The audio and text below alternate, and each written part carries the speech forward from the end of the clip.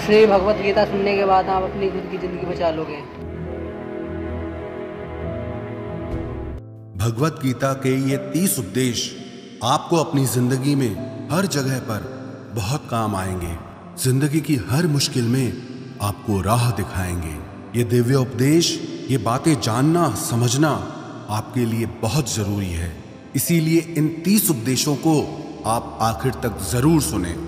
गीता का सबसे पहला उपदेश यह है कि आपके सारे दुखों का कारण किसी को अपना मानना है।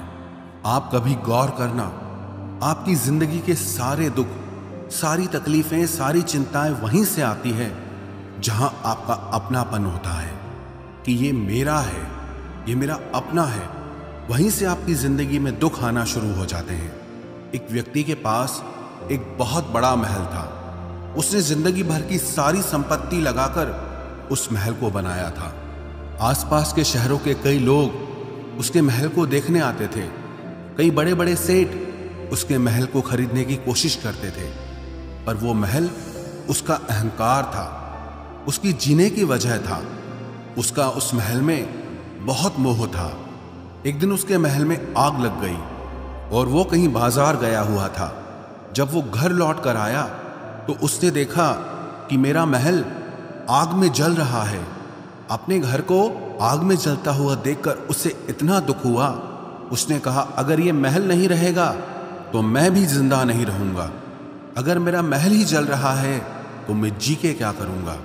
वो भी उसी आग में छलांग लगाने की कोशिश करने लगा तो किसी ने उसे रोक लिया कि भाई, ये जो तुम्हारा महल है, इस महल का सौदा कल तुम्हारे बेटे ने किसी के साथ कर लिया है। जब उसे पता चला कि ये महल अब मेरा नहीं रहा, किसी और का हो चुका है, तो उसकी सारी चिंता खत्म हो गई। जैसे और लोग उस जलते हुए महल को देखकर तमाशा देख रहे थे, वैसे ये भी खड़ा हो गया। इतनी ही देर में उसका बेटा आया। वो अपने बेटे को देखकर बहुत प्रसन्न हुआ। उसे आशीर्वाद देने लगा कि तेरे जैसा बेटा तो बहुत भाग्यों से मिलता है। तूने तो मेरी जिंदगी बचा ली। आज इस घर में आग लगी है और तूने कल ही इसका सौदा कर दिया। वो अपने पिताजी से कहने लगा कि पिताजी, मैं इस महल के सौदे के लिए बात तो करने गया था, पर सौदा अभी पक्का हुआ नहीं है। जब उसके पिता ने यह सुना कि अभी इस महल का सौदा हुआ नहीं है, तो वो फिर फूट फूट के रोने लगा, फिर अपनी छाती पीटने लगा। महल वही है, इंसान वही है, लेकिन जब महल मेरा है तब वो दुख भी देता है, खुशी भी देता है। लेकिन जब वो मेरा नहीं है, उससे मेरा कोई रिश्ता नहीं है, तो सारे दुख ही खत्म हो जाते हैं। ऐसे ही जिंदगी में जब किसी जगह को, किसी इंसान को, किसी रिश्ते को, किसी काम को हम अपना मान लेते हैं, मेरा मान लेते हैं, तो वहीं से ही सारे दुखों की शुरुआत होती है, वहीं से हर तकलीफ की शुरुआत होती है। तो श्रीमद् भगवत गीता का पहला उपदेश यही है कि आप जैसे ही किसी को अपनी जिंदगी जीने की वजह मान लेते हो कि इसके बिना तो मैं जी ही नहीं सकता, तो वो चीज, वो इंसान, वो काम आपको बहुत दुख देता है। गीता का दूसरा उपदेश यह है कि अवश्यमेव भोक्तव्यम कृतम कर्म शुभाशुभम, कि आपने कोई भी कर्म किया हो उसका फल आपको जरूर भोगना पड़ेगा। अगर आपने अच्छे कर्म किए हैं तो जाने अनजाने किसी मुश्किल वक्त में आपको वो आपके अच्छे कर्म उस मुश्किल वक्त से बचा लेंगे। अगर आपने गलत कर्म किए हैं, पाप किया है, तो उसकी सजा भी आपको जरूर मिलेगी। वो इंसान कितना ही छुप कर कर्म करे, चाहे वो कितना ही चालाकी से कर्म करे, लेकिन कहते हैं कि उस परमात्मा के, ईश्वर के चारों तरफ कैमरे लगे हुए हैं। हमारे एक एक कर्म पर वो प्रकृति, वो परमात्मा अपनी दृष्टि बनाए रखते हैं। हमारे एक एक कर्म का हिसाब होता है। एक गांव में दो मित्र रहते थे। उन दोनों ने विचार किया कि इस गांव में हम धन नहीं कमा पा रहे। वो दोनों धन कमाने के लिए शहर में चले गए। कुछ वर्ष वहां रहकर उन्होंने काफी धन कमाया। फिर सोचा कि अब हम अपने घर वापस चलते हैं, पर्याप्त मात्रा में हमने धन कमा लिया है। उस समय पे यातायात की इतनी सुविधाएं नहीं होती थी। वो अपने बैलों पर ही यात्रा कर रहे थे। चलते चलते मार्ग में रात हो गई, तो उन्होंने विचार किया, आज रात हम यहीं विश्राम करते हैं। एक मित्र ने कहा कि मैं यहाँ पर रहकर धन की रक्षा करता हूँ, तुम बाजार जाकर भोजन की व्यवस्था कर लो। जब वो मित्र बाजार गया तो उसके मन में पाप आ गया। उसने कहा, इतना पैसा हमने कमाया है, अगर मैं इसको यहीं जंगल में मार दूं तो सारा पैसा मेरा हो जाएगा, नहीं तो मुझे इसका आधा धन इसको देना पड़ेगा।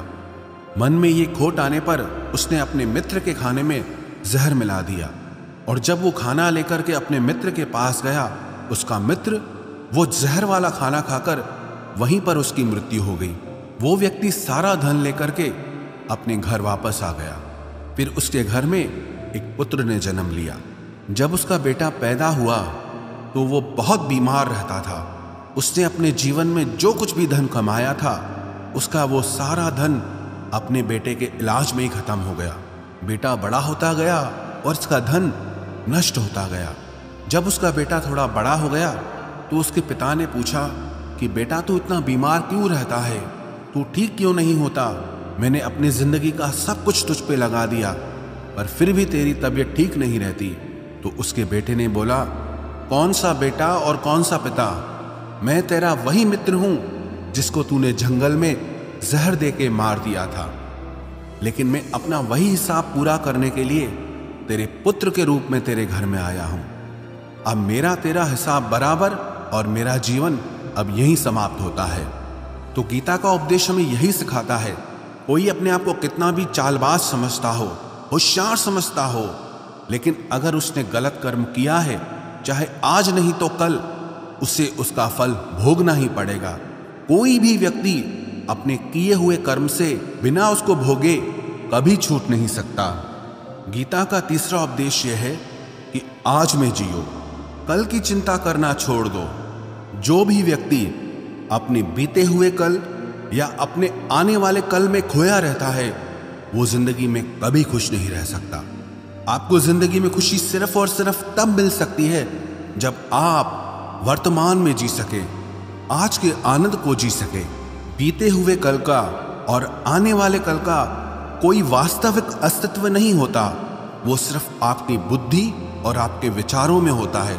उसकी कोई वास्तविकता नहीं होती, उसे सिर्फ आप अपने मन के अंदर और बुद्धि के अंदर जीते हैं। लेकिन जिसे आप वास्तविकता में जीते हैं वो आपका आज होता है, वो आपका चल रहा पल होता है।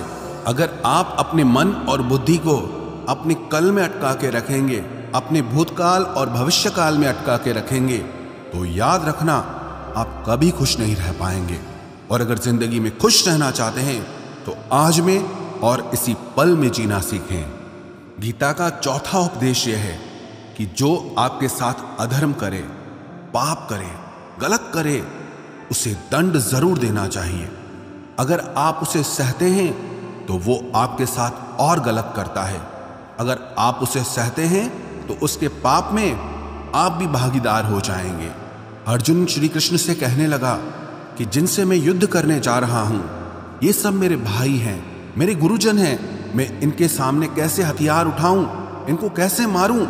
तो भगवान श्री कृष्ण ने अर्जुन से कहा कि जिन्हें तू अपना मानता है वो सब अधर्मी हैं, वो पाप के पक्ष में खड़े हैं, और अगर तू इनका वध नहीं करेगा, युद्ध नहीं करेगा, तो समाज में और भी पाप बढ़ेगा। क्योंकि जब कोई ऐसे पापियों को नहीं रोकता है तो ये और भी ज्यादा पाप करते हैं। ऐसे ही जब आपके साथ कोई गलत करता है, आपको चोट पहुंचाता है, दुख पहुंचाता है, और आप वो चुपचाप सहते रहते हैं, तो उससे सामने वाले को बल मिलने लगता है, वो आपको कमजोर समझने लगता है, और आपके साथ गलत करने को वो अपना हक समझने लगता है। लेकिन जब आप उसके गलत व्यवहार को, उसके अधर्म को रोक लेते हैं, उसका विरोध करते हैं, तब वो अपनी सीमा में रहना सीख जाता है। ये कलयुग है। अगर इस जमाने में आपको खुश रहना है तो आपको अपनी रक्षा खुद ही करनी होगी। कोई आपके साथ गलत करे तो उसको कभी नहीं सहना चाहिए, बल्कि उसका सामना करना चाहिए। गीता का 5वां उपदेश यह है कि किसी से भी हद से ज्यादा मोह कभी मत करना। जिसमें भी आप सबसे ज्यादा मोह लगाओगे, देखना वो आपको जरूर रुलाएगा। मोह के वजह से ही आप किसी के पीछे मरते रहते हैं। मोह के वजह से ही आपको कई बार अपना अपमान भी सहना पड़ता है। और कई लोगों को मोह की वजह से ही अपना अपमान दिखता तक भी नहीं है कि सामने वाला मेरी इज्जत तक नहीं कर रहा और मैं उसके पीछे मर रहा हूं। मोह आपकी आंखों पे ऐसी पट्टी लगा देता है कि आपको सच और झूठ दिखाई ही नहीं देता, आपको किसी इंसान का चेहरा दिखाई ही नहीं देता। आप जो देखते हैं, जो सुनते हैं, उसी पर यकीन कर लेते हैं, फिर चाहे आपको कितना ही दर्द मिल रहा हो। अगर आप किसी इंसान को ठीक से समझना चाहते हैं, किसी की सच्चाई जानना चाहते हैं, तो उसके लिए ये बहुत ज़रूरी है कि आप उसके मोह से जल्दी बाहर आ जाएं। वास्तविकता में रिश्ते दुख नहीं देते, आपका मोह आपको दुख देता है। जिस दिन मोह खत्म, उस दिन आपको किसी भी रिश्ते से कोई दुख नहीं मिल सकता, क्योंकि आपको फिर कोई फर्क ही नहीं पड़ेगा।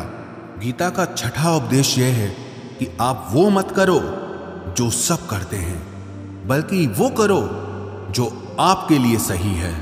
स्वधर्मम निधनम श्रेय परधर्मो भयावह। श्री कृष्ण ने अर्जुन से कहा कि जो तेरा कर्तव्य है, जो तेरे लिए सही है, जो तुझे करना चाहिए, तू वो कर। तू कभी भी वो काम मत कर जो दुनिया कर रही है, क्योंकि अर्जुन श्री कृष्ण से कहने लगा कि ऐसे भयंकर युद्ध में पड़ने से अच्छा है कि मैं सन्यासी बन जाऊं। तो श्री कृष्ण ने अर्जुन से कहा कि सन्यासी बनना तेरा कर्म नहीं है, तेरा धर्म नहीं है, तू क्षत्रिय है। तेरा कर्म और तेरा धर्म यही है कि तू अधर्म का नाश करे, धर्म की रक्षा करे। ऐसे ही हर इंसान का एक अलग कर्तव्य होता है, एक अलग ही मार्ग होता है। तो कभी भी उस मार्ग पे मत जाना जहां सारी भीड़ जा रही हो। कभी भी वो काम मत करो जो दुनिया करती है कि आजकल ये ट्रेंड हो गया है, ये फैशन हो गया है, सब करते हैं इसलिए हम भी कर रहे हैं। सारी भीड़ यही काम कर रही है इसलिए हम भी यही कर रहे हैं। अगर आप वो करोगे जो भीड़ कर रही है तो आप भी उसी भीड़ में कहीं खो जाओगे। लेकिन अगर आप वो करोगे जो आपके लिए सही है, जो आपकी प्रतिभा है, तो दुनिया की सारी भीड़ में भी आप सबसे अलग नजर आओगे। गीता का 7वां उपदेश यह है कि जिंदगी में धोखा अपने ही देते हैं, क्योंकि उनको आपकी कमजोरियों का पता होता है। बाहर वाला आपको धोखा नहीं दे सकता, क्योंकि उसको आपके बारे में पता ही नहीं है कि आपको चोट कहां पहुंचती है। लेकिन जो आपका अपना है, आपका खास है, उससे बहुत गहराई से पता होता है कि इसकी कमजोरी क्या है, क्या ऐसा करें जिससे इसको दर्द पहुंच सकता है, जिससे इसको हम नीचा दिखा सकते हैं, इसको चोट पहुंचा सकते हैं। ये कलयुग है, इसमें बाहर वालों से नहीं, जो हमारे अपने हैं उनसे ही सावधान रहना होता है। महाभारत का युद्ध 2 अलग राजाओं में नहीं हुआ, बल्कि एक ही परिवार के भाइयों में हुआ था। सब आपस में एक ही वंश के लोग थे। कितनी बार दुर्योधन ने जहर देकर के भीम को मारना चाहा, न जाने कितनी बार दुर्योधन ने पांडवों को जान से मारने की कोशिश की। वो उसका पराया नहीं था, उसका भाई था। सारी लड़ाइयां घर के अंदर ही होती है, बाहर कौन लड़ेगा हमसे? घर में ही सारे झगड़े होते हैं। तो आपको चोट सिर्फ वही लोग पहुंचा सकते हैं जो आपके अपने हैं। आपको धोखा सिर्फ वही लोग दे सकते हैं जो आपके अपने हैं। गीता का 8वां उपदेश यह है, जो इंसान अपनी रक्षा खुद नहीं कर सकता, उसकी रक्षा भगवान भी नहीं कर सकते। श्री कृष्ण ने अर्जुन से कहा, तस्मात् सर्वेषु कालेषु माम अनुस्मर युध्य च, कि हे अर्जुन, तू हर काल में मेरा स्मरण करते रहना और युद्ध भी करते रहना। अर्जुन ने श्री कृष्ण से पूछा कि ये युद्ध तो कुछ दिनों में समाप्त हो जाएगा, लेकिन आप कह रहे हैं कि तू हमेशा मेरा स्मरण करता रहे और युद्ध करते रहना। हमेशा युद्ध करने का क्या मतलब है? तो श्री कृष्ण ने अर्जुन से कहा कि ये जिंदगी ही रणभूमि है। इस जीवन में सुख दुख आते रहेंगे और तुझे उनका डट के मुकाबला करना है। श्री कृष्ण ने ये नहीं कहा कि तू चुप करके बैठ जाना और मैं लड़ाई करूंगा। बहुत गहराई है गीता के ज्ञान में। हमारे जीवन की डोर भी संभाल के ईश्वर बैठे हैं, लेकिन युद्ध हमें ही करना है। ईश्वर को याद करना है कि हे ईश्वर, मुझे शक्ति देना, मुझे समझ देना, मुझे बुद्धि देना, ताकि मैं अपनी जिंदगी की सारी लड़ाइयां जीत सकूं, मैं जिंदगी में सही मार्ग पे चल सकूं। लेकिन आपको अपनी लड़ाई भी खुद लड़नी पड़ती है। जो लोग ये कहते हैं कि हम कुछ नहीं करेंगे, सब वो ईश्वर करेगा, तो कहते हैं कि आलसी इंसान को देखकर तो भगवान भी घबरा जाता है कि ये कुछ नहीं करेगा। भगवान ने बुद्धि दी है, समझ दी है, ईश्वर आपको प्रेरणा देते हैं, शक्ति देते हैं, लेकिन आपको अपनी रक्षा स्वयं ही करनी होगी। गीता का नवा उपदेश यह है कि कोई भी ऐसी गंदी आदत खुद को मत लगने देना जो आपकी जिंदगी बर्बाद कर दे। कहीं ना कहीं महाभारत का ये युद्ध एक जुआ की आदत की वजह से ही शुरू हुआ था। सारा खेल वहीं से शुरू हुआ था। एक ऐसी जुआ की लत जहां युधिष्ठिर ने अपने भाइयों को दांव पर लगा दिया, अपनी पत्नी को दांव पर लगा दिया, ऐसा जीतने का नशा कि अपना सब कुछ गंवा दिया। ऐसे ही हम भी अपनी जिंदगी में जब कोई ऐसी गंदी आदत लगा देते हैं, चाहे वो कोई भी हो, चाहे वो नशे की हो, मोबाइल की हो, किसी इंसान की हो, कोई गलत काम करने की हो, कोई भी गलत आदत जो आपको बर्बाद कर सकती है, अगर आप उसको नहीं छोड़ोगे तो आपका सब कुछ खत्म हो जाएगा।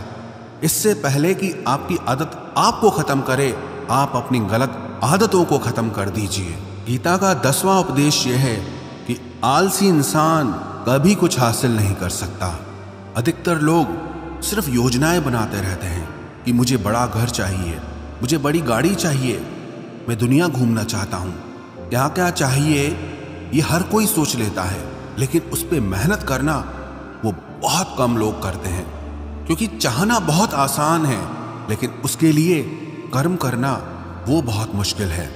एक अच्छा फिट शरीर हर कोई चाहता है, लेकिन उसके लिए व्यायाम करना, एक्सरसाइज करना वो आपको ही करना होगा। जो इंसान आलसी बन के बैठ जाता है, ना उसे अच्छा शरीर मिलता है और ना ही अच्छा जीवन मिलता है। तो जिंदगी में अगर कुछ पाना चाहते हो ना, आलस्य को अपनी जिंदगी से जरूर दूर कर देना। आलस के चलते आपको कुछ मिलने वाला तो नहीं, लेकिन जो आपके पास है आप वो भी गंवा दोगे। गीता का 11वां उपदेश यह है कि जिंदगी में अगर खुशी चाहते हो तो मन की गुलामी का त्याग कर दो।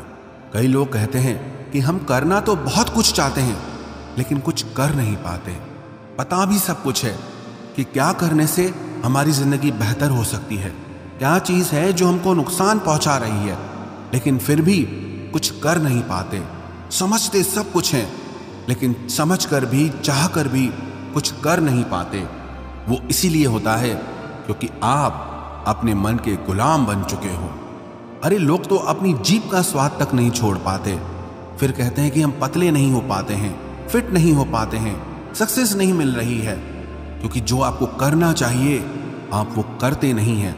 आपका मन सब कुछ समझ कर भी आपको वो करने नहीं देता। इसलिए जिंदगी में अगर आगे बढ़ना है, मन से चलना छोड़ दो। जो आपके लिए सही है वो आपको करना ही पड़ेगा। गीता का 12वां उपदेश यह है कि जो आपका है वो आपको मिलकर ही रहेगा, और जो आपको नहीं मिला है उसके लिए रोना छोड़ दो। आप जिसके लिए जितना रोओगे वो चीज आपसे उतना दूर जाएगी, और जो चीज सच में आपकी है वो कहीं ना कहीं से आपके पास जरूर पहुंच जाएगी। इसलिए जो आपको जिंदगी में हासिल नहीं हो रहा या हासिल नहीं हुआ, उसका पछतावा करना, उसके लिए रोना आप बिल्कुल बंद कर दो। गीता का 13वां उपदेश यह है कि आप संसार से जितना प्रेम लगाओगे उतना ही जीवन में दुख और पीड़ा का अनुभव करोगे। गीता का 14वां उपदेश यह है कि जिस इंसान को बात बात पर क्रोध आता है, सुख और शांति उसके जीवन में कभी नहीं आ सकते। क्योंकि जो इंसान बहुत ज्यादा क्रोधी होता है ना, उसके सारे मित्र उसे छोड़कर चले जाते हैं। वो मन में भी कुढ़ता रहता है, वो अपने मन में भी दर्द में ही जीता है, तकलीफ में ही जीता है। ज्यादा गुस्सा करके, ज्यादा क्रोध करके जो भी आपके पास है, देखना आप उसे भी नष्ट कर दोगे, और ऐसे इंसान को शांति तो कभी मिलने वाली नहीं है। इसलिए अपनी जिंदगी में शांति चाहते हो तो बात बात पर गुस्सा करना छोड़ देना चाहिए। गीता का 15वां उपदेश यह है कि चाहे आप किसी की मदद करो या ना करो, लेकिन जानबूझकर कभी किसी का दिल नहीं दुखाना चाहिए। क्योंकि जब किसी का दिल आपकी वजह से दुखता है ना, तो याद रखना आपको भी वो दर्द एक दिन जरूर मिलेगा। क्योंकि जब आप किसी का दिल दुखाते हैं तो आपको पता नहीं चलता, लेकिन जब कोई आपका दिल दुखाता है तब आपको समझ में आता है कि दिल पर चोट लगने से कितना दर्द होता है। इसलिए चाहे आप किसी की मदद करो या ना करो, लेकिन किसी का दिल कभी नहीं दुखाना चाहिए। गीता का 16वां उपदेश यह है, जो मुश्किल वक्त में, जो दुख के समय में आपका साथ दे, सिर्फ वही आपका अपना है, बाकी सब पराए हैं।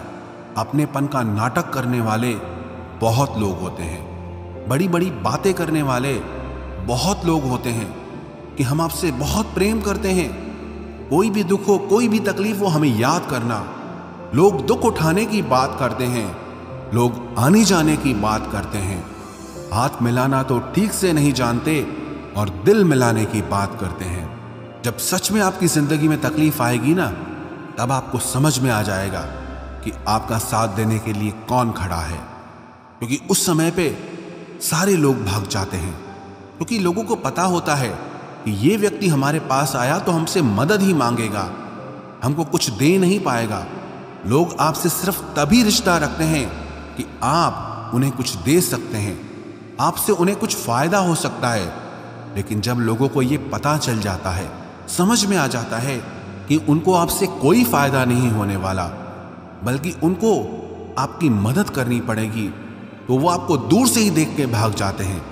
इसलिए जो आपके मुश्किल वक्त में आपके साथ खड़ा हो जाए, सिर्फ वही आपका अपना होता है, बाकी इस दुनिया में सब पराए हैं। क्योंकि सिर्फ अपना अपना कह देने से कोई अपना नहीं हो जाता। गीता का 17वां उपदेश यह है कि जो कुछ भी होता है अच्छे के लिए होता है, जो हो रहा है वो भी अच्छे के लिए हो रहा है, और जो आने वाले भविष्य में होगा वो भी अच्छे के लिए होगा। हालांकि ये बहुत गहरी बात है। कुछ चीजें जिंदगी में ऐसी होती हैं जो हमें लगता है कि मेरे साथ ही ऐसा क्यों हुआ, मेरे साथ ही होना था ये सब। लेकिन जब वो वक्त गुजर जाता है, एक दिन हमको समझ आता है कि अगर हमारे साथ ये सब नहीं होता तो आज हम इस मुकाम पर नहीं होते। अगर मेरे साथ ये सब नहीं होता तो शायद हमारी जिंदगी और भी बर्बाद हो सकती थी। इसलिए अगर हमको ये समझ में आ जाए कि जिंदगी में जो कुछ भी हो रहा है वो सब अच्छे के लिए हो रहा है, तो हम जीवन में हमेशा खुश रहेंगे। गीता का 18वां उपदेश यह है कि हर काम को समझदारी से करना ही योग होता है। योगः कर्मसु कौशलम। कई लोग काम तो करते हैं लेकिन उन्हें हासिल कुछ नहीं होता। बहुत लोग कहते हैं कि हम बहुत मेहनत करते हैं, तब भी जिंदगी में सफलता हासिल नहीं हो रही। बहुत कुछ करने से, बहुत मेहनत करने से आपको सफलता नहीं मिलेगी, लेकिन सही तरीके से, समझ के साथ काम करने से आपको जिंदगी में सफलता जरूर मिलेगी। गीता का 19वां उपदेश यह है कि कभी भी किसी भी चीज की अति नहीं करनी चाहिए। कोई भी चीज हद से ज्यादा मत करना। किसी से प्रेम भी हद से ज्यादा मत करना। किसी से नफरत भी हद से ज्यादा मत करना। हद से ज्यादा मीठा भी खराब, हद से ज्यादा कड़वा भी खराब। हद से ज्यादा आराम भी आपको बीमार कर देगा। हद से ज्यादा खाना भी आपको बीमार कर देगा। हद से ज्यादा भूखा रहना भी आपको नुकसान पहुंचाएगा, और हद से ज्यादा जागना भी आपको बहुत नुकसान पहुंचाएगा। तो जीवन को संतुलन के साथ जीना चाहिए। जैसे ही आप संतुलन खो देते हैं, वैसे ही आपके जीवन में दुर्घटना हो जाती है। गीता का 20वां उपदेश यह है कि जिसे आप सबसे ज्यादा महत्व दोगे, वो आपको कभी महत्व नहीं देगा। आपने कभी गौर किया कि आपका अपमान कौन लोग करते हैं? आपका अपमान सिर्फ वही लोग करते हैं जिसे आप सबसे ज्यादा महत्व देते हैं। दूसरों की इज्जत करना अच्छी बात है, पर दूसरों की अगर बहुत ज्यादा इज्जत करोगे तो उनकी नजर में आपकी ही इज्जत खत्म हो जाती है। इसीलिए किसी को भी कभी भी अपना सब कुछ नहीं बनाना चाहिए कि तुम ही मेरे सब कुछ हो। जैसे ही आप किसी को सब कुछ बना लेते हैं अपना, तो आप उसके लिए कुछ भी नहीं रह जाते। इसलिए लोगों को इज्जत उतनी ही देनी चाहिए जितना वो हजम कर सकें। हद से ज्यादा इज्जत देना आपकी ही बेइज्जती करवा सकता है। गीता का 22वां उपदेश यह है कि किसी पर भी आंख बंद करके भरोसा मत करना। जैसे महाभारत की कथा में दुर्योधन ने कितनी बार षड्यंत्र करके पांडवों को मारने की कोशिश की, आग में जलाने की कोशिश की, और वो धर्म पे चलने वाले लोग बार बार उसकी बातों में आ जाते थे। ये बात और है कि ईश्वर उनकी रक्षा कर रहे थे, पर जिसे वो अपना भाई समझ रहे थे, जिसे वो अपना सगा समझ रहे थे, जिस पे वो भरोसा कर रहे थे, वही उनकी मृत्यु करवाना चाहता था। इसीलिए भरोसा करते समय अपनी आंखें जरूर खुली रखना। गीता का 23वां उपदेश है, जिसके साथ सत्य और ईश्वर की शक्ति है, चाहे सारी दुनिया उसके खिलाफ हो जाए, लेकिन अंत में जीत उसी की होती है। श्रीमद् भगवत गीता में 18 अध्याय हैं, 700 श्लोक हैं।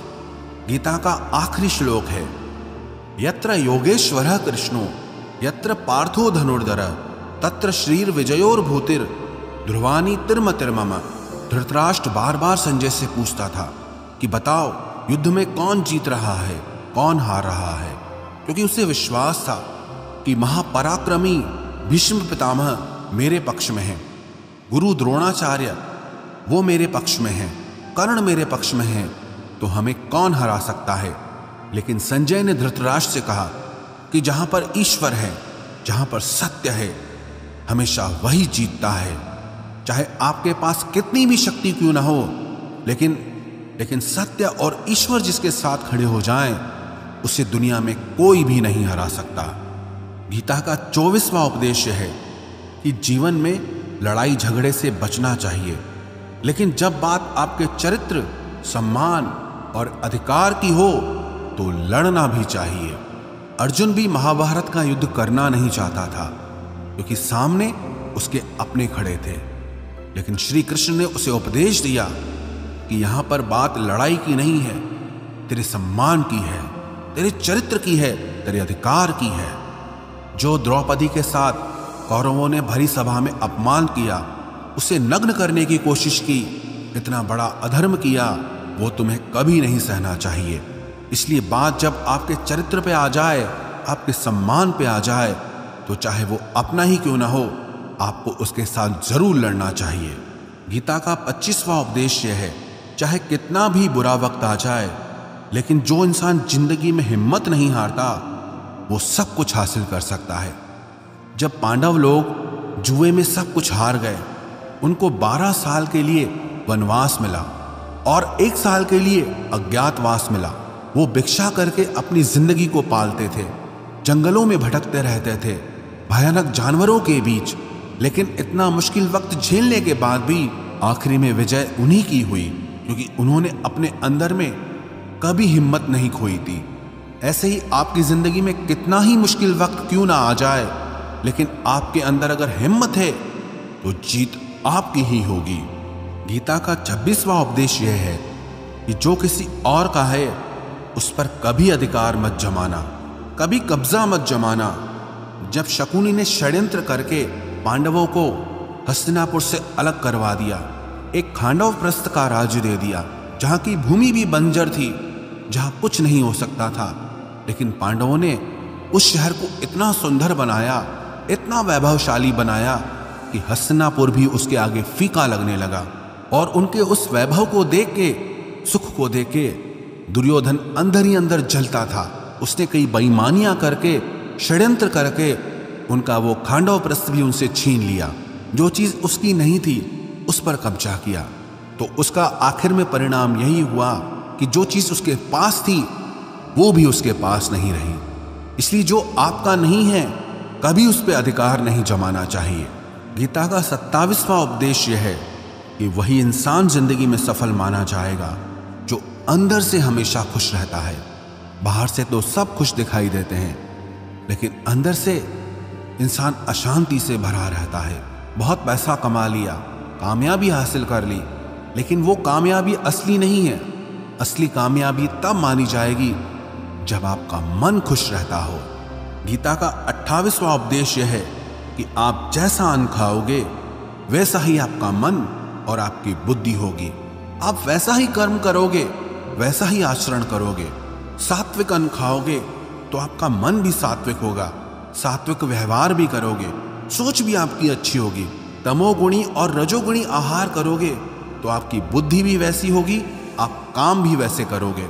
श्री कृष्ण ने भगवत गीता में सात्विक, राजसी और तामसी इन तीनों आहारों का विस्तार से वर्णन किया है कि क्या खाना चाहिए, क्या नहीं खाना चाहिए। पर सार यही है, जो मनुष्य सात्विकता से भोजन करता है, सात्विक भोजन करता है, उसे जीवन में शांति और सुख जरूर मिलते हैं। गीता का 29वां उपदेश है कि बुरा इंसान कभी अपनी बुराई नहीं छोड़ेगा। चाहे आप उसके साथ कितना भी अच्छा चलो, वो आपको तकलीफ देगा ही देगा। इसलिए जो जैसा है आप उसके साथ वैसा ही व्यवहार करो। बुरे इंसान के साथ आप कितना भी अच्छा बन जाओ, वो कभी अच्छा नहीं बनने वाला। दुर्योधन जंगल में पांडवों को मारने के लिए गया था, लेकिन वहां पर भीलों ने दुर्योधन को पकड़ लिया। उसका मित्र कर्ण भी उसे छोड़कर भाग गया। वो भील दुर्योधन को मार देना चाहते थे, लेकिन युधिष्ठिर अपने भाई की रक्षा करने के लिए वहां पहुंच गया, उसके जीवन की रक्षा की। लेकिन उसके बाद भी वो हमेशा पांडवों का नुकसान ही करता रहा। इसलिए अगर कोई इंसान बुरा है, उसके साथ आप ज्यादा अच्छा बनने की कोशिश मत करो। जो जैसा है आप उसके साथ वैसा ही व्यवहार करो। गीता का 30वां उपदेश है, अगर आपको ये हमारा मोटिवेशन अच्छा लगा हो तो वीडियो को लाइक और चैनल को सब्सक्राइब और वीडियो पे प्यार से कमेंट कर देना। जय हिंद, वंदे मातरम। मिलते हैं न्यू मोटिवेशन के साथ।